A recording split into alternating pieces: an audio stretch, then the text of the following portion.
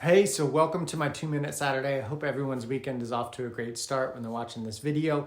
I wanted to touch base and educate on the difference between the Fed fund rate, which is what we hear about the Fed is meeting and increasing their rate, and mortgage interest rates, because it is commonly thought upon that when the Fed increases their rate, that mortgage rates are going up. So if you have a 0.75% raise, clients are worried about, or people in the market are worried about mortgage interest rates going up 0.75 of a point, but they are not actually tied together. The Fed fund rate is what banks borrow between banks, between the Fed, right? So that's the rate that they're borrowing against.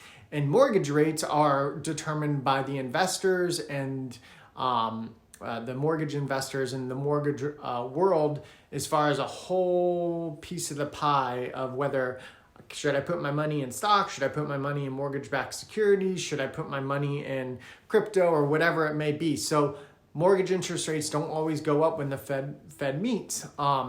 Now, in this instance, when the Fed fund rate was between 0 and 0.25%, mortgage rates came down, everything came down as far as interest rates.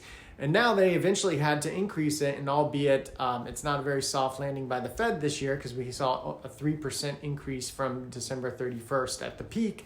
Now we're back down with rates. But for instance, the last Fed meeting, they raised it 0.75% to deal with inflation. Well, the mortgage market and most markets actually reacted favorably, and rates came down a little bit because they felt like the Fed was doing what they needed to do to at least stop inflation. And I'm glad I'm shooting this video today because the price index just came out and was flat. So flat doesn't sound great, but flat is better than a continuing increase like we've seen since last year.